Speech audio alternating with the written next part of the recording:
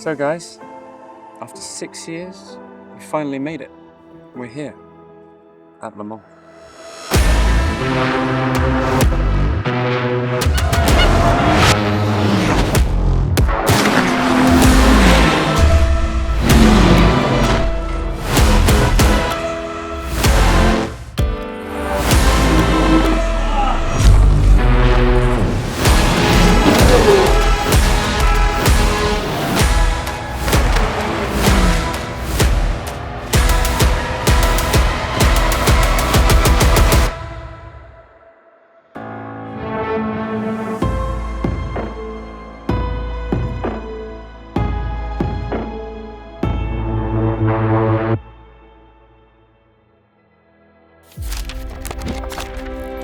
Since 2019, it's always been a dream of all of ours to come to Le Mans, but I would say it was more like a dream which we did not necessarily know how we would arrive here.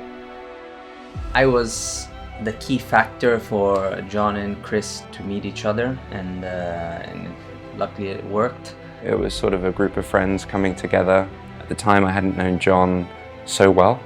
I would say the critical moment was really making that decision to join Tempesta in 2019, to measure myself against the best drivers in the world. Ultimately, it was maybe a bit of a journey into the unknown. Quite quickly met with a lot of optimism going into our first season, because it was a cool thing to start our journey by winning the first race.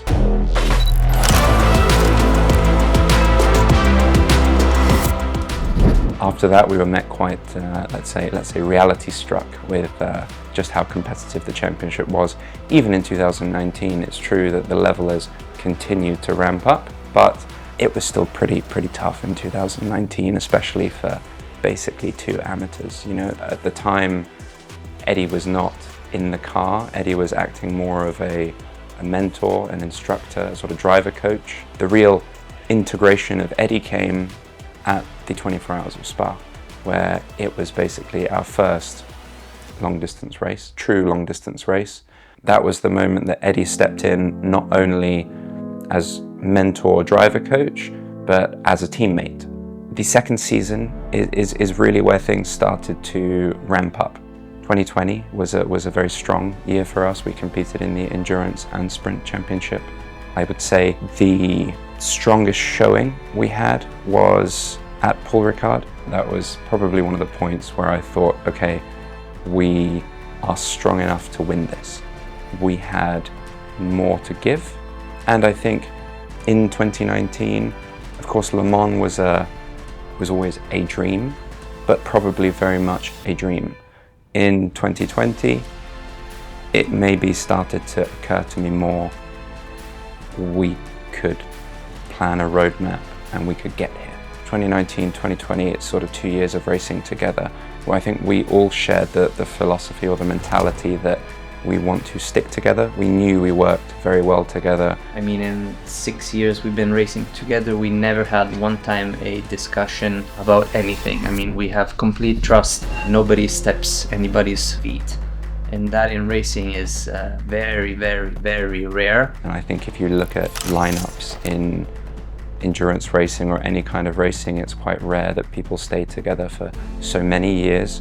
In achieving this goal, we need more time, you know, we need more experience, we need to compete in these highly competitive championships. So I think it was a case of not just wanting to set a goal of get to Le Mans, it was get to Le Mans, but get to Le Mans where we feel ourselves we will be competitive here. Chris and John wanted to try something different in Mercedes.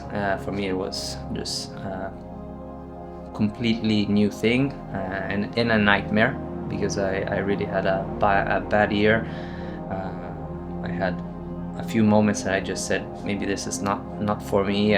Luckily that lasted 1 year, and then we changed to McLaren. We had a very, very successful year. I loved that car. I had a lot of fun with it, and we were all three very competitive since day one. So it was a very steep learning curve for me. I thank them, because I think I'm a better driver now that I tried different GT3 cars. I feel way more mature than when I started.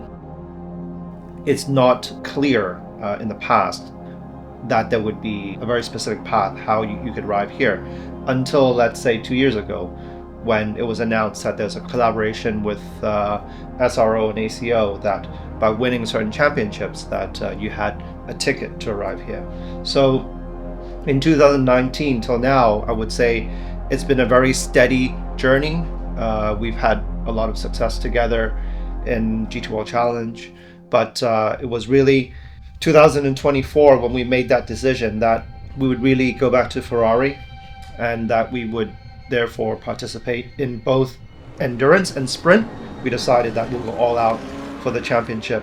It was a mixed emotion for me. Obviously extremely relieved that we had won that. You know, last year was a pretty tough year.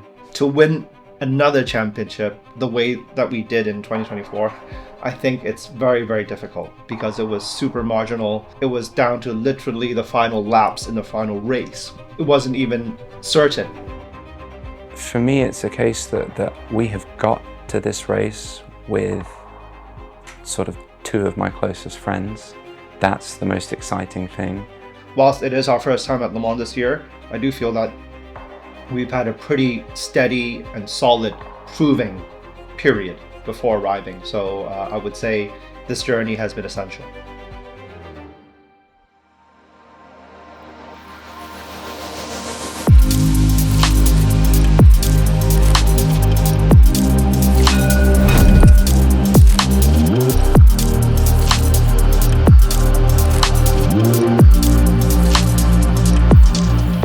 Well, it feels very surreal because I've seen this on TV many times, and not only the past 6 years of work that we've done together to finally realize that dream, and it's just incredible feeling. We'll be in a good position to start, but of course we know the challenge is going to be huge, and yeah, we're looking forward to it. The most important photo.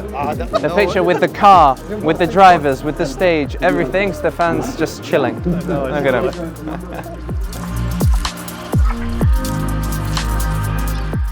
This car is about as new as cars can be. What is the right time? Have you guys seen anything of the mess last year with as well in Pro-Am? There's a lot of expectation amongst ourselves and amongst people on us because we've had success in different championships. For the last several years has been so focused on how do we get to Le Mans, how do we ensure we do it, that I don't have an expectation as to what comes next. So there's a bit of pressure, but I think also realizing that this might be a once-in-a-lifetime opportunity. It is, let's make the most of what we know we can do now.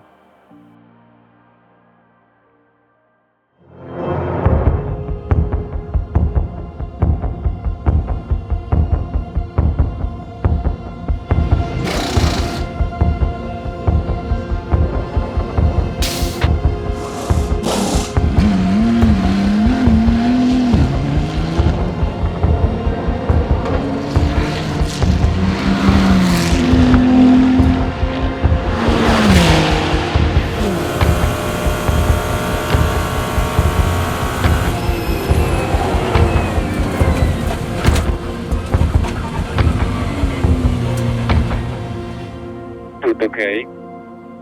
Tutto ok, mi è partita malamente a ventata di Porsche frenata. Don't hit the brakes hard. Just let it roll in. That's scary for now.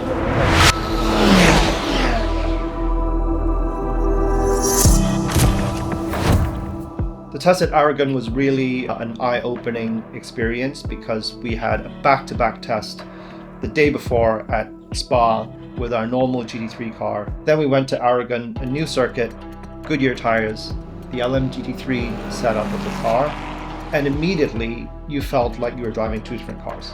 There is a big dynamic difference even though the car is the same chassis. Ultimately you have a lot less downforce, you feel that under braking, you feel that in the corners, the tyres behave quite differently. And honestly, you have to look really closely at the details. I think there's some very minor detail on the mirror, slight different detail on the front bonnet, and the flicks are a little bit different in the front, smaller rear wing, but to the typical observer, you can't really see much difference. It's very different to what we use. In SRO, the car was quite snappy in the high-speed corners. It was very difficult to have a good feeling with it, but the test of Aragon, I think, will help so much.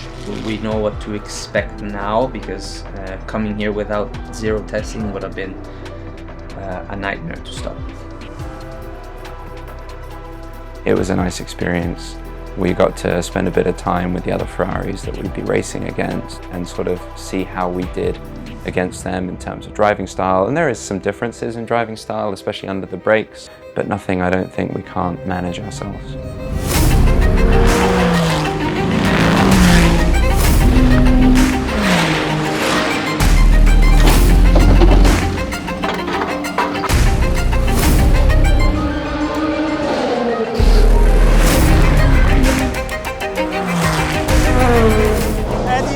If he can finish the lap, if it's a very big improvement. Okay, keep pushing, box this lap, box. I mean, not bad already. Yeah. So everything is fine. Yeah. I mean, I think I could have done also seven something. Just the rear is super loose. Coming in Porsche, coming in Indianapolis, it's so loose. Like Really? Yes. The car snapped on me so bad, and it just went straight. Yeah. Yeah. But So were you lowering the rear or what? I don't know what they're doing, but that's the only thing. Yeah. There was a lot of constructive criticism around the car. I think we struggled quite a lot at the beginning with the car being too precise in the front. Still edgy. Very good. It's okay for me, I don't mind it. Yeah, I told him. In the fast corners, the rear is a little bit on the edge, so please take care of it. When you turn, it goes very fast. Yes. Good, top speed, no? I overtook a BMW in the straight. Yeah, that's good. I La prima passed the volta che BMW passa on una the straight. BMW sul dritto, That miracolo. was fun. Don't get used. Yeah. Passare la gente sul dritto mi fa godere parecchio. Ah beh, ti credo. Non siamo abituati. No.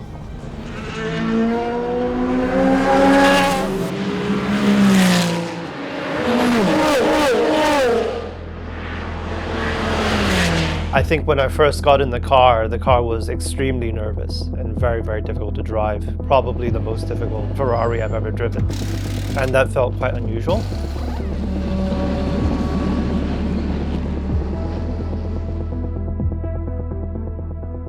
The initial movement is quite nerve sensitive, but when you actually turn a little bit more, the car is. And I think that increases the feeling of nervousness mentally in your head because it's so sharp.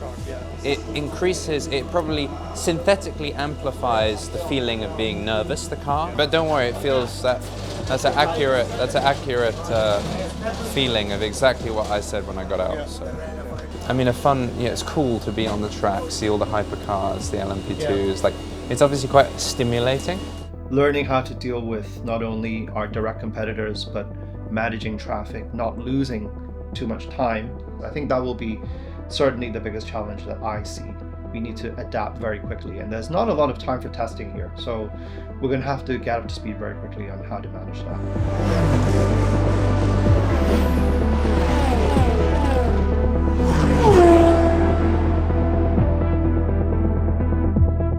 I think I adapted better than I thought I would, just getting used to this.